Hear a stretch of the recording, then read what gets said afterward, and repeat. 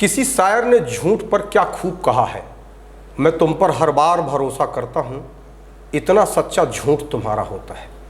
राजनीति और झूठ का चोली दामन का साथ है, अगर झूठ न हो तो शायद राजनीति नहीं की जा सकती।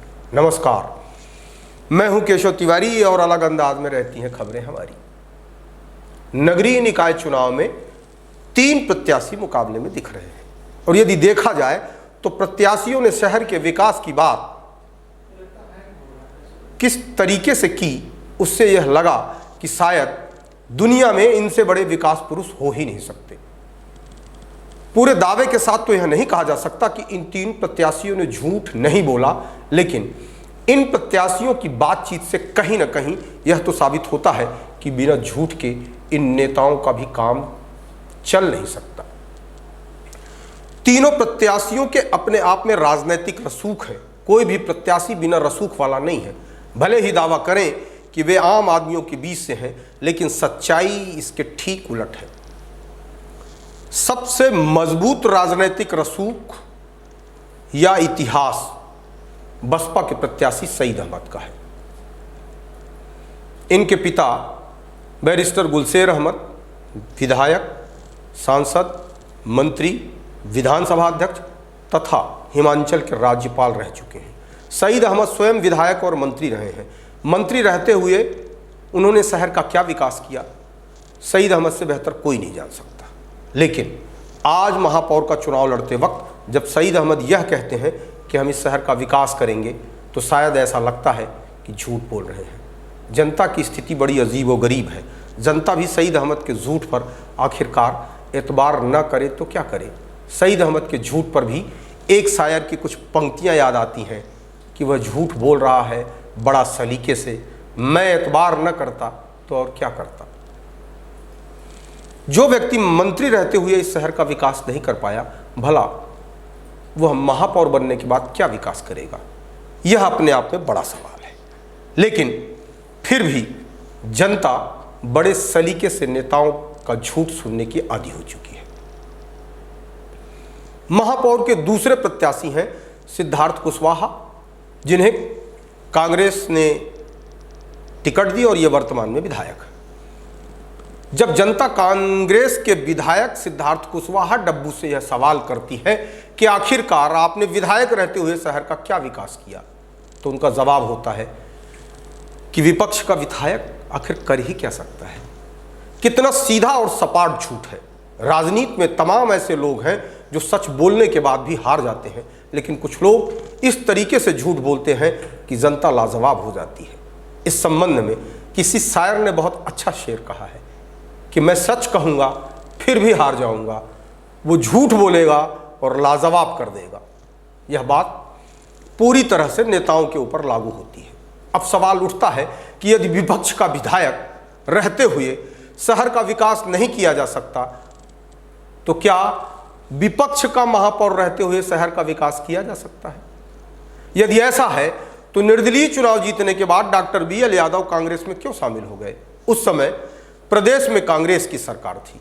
इसके अलावा पुष्कर सिंह भी बहुजन समाज पार्टी से महापौर बने थे, लेकिन प्रदेश में भारतीय जनता पार्टी की सरकार थी, इसलिए वे भी भारतीय जनता पार्टी में शामिल हो गए। यदि विधायक सिद्धार्थ कुशवाहा महापौर बन जाते हैं और शहर का विकास नहीं होता, तो उनके पास एक बड़ा सीधा साधा बहाना होगा कि प्रदेश में भारतीय जनता पार्टी की सरकार थी, उसने कुछ करने ही नहीं दिया। उसने सतना नगर निगम को बजट ही नहीं दिया, जैसा कि विधायक रहते हुए सिद्धार्थ कुशवाहा बोल रहे हैं। जहां तक रही सिद्धार्थ कुशवाहा के राजनीतिक रसूख की बात, तो सिद्धार्थ कुशवाहा दिवंगत सुखलाल कुशवाहा के बेटे हैं और सुखलाल कुशवाहा 17 के सांसद रह चुके हैं। उन्होंने दिवंगत अर्जुन सिंह जैसे कद्दावर नेता को चुनाव हराया था। आज की तारीख में सिद्धार्थ कुशवाहा की अजय सिंह, राहुल जैसे बड़े नेता से सीधे सीधे ठनी हुई है।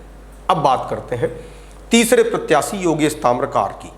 योगेश ताम्रकार का राजनीतिक रसूख कुछ हो या न हो, लेकिन योगेश ताम्रकार का सामाजिक रसूख बहुत बड़ा है। उनके पिता शंकर प्रसाद ताम्रकार जी समाज में बहुत अच्छे और साफ सुथरे छवि के लिए जाने जाते थे।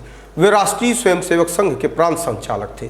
संघ के अनुशासित कार्यकर्ता होने के नाते योगेश ताम्रकार का भी सामाजिक रसूख कमजोर नहीं है, लेकिन लंबे समय तक राजनीति सच बोलकर नहीं की जा सकती। अगर बीते दिनों की बात करें तो 1.5 साल अपवाद स्वरूप छोड़ दें तो पूरे प्रदेश में 15 से 20 साल से भाजपा की ही सरकार है।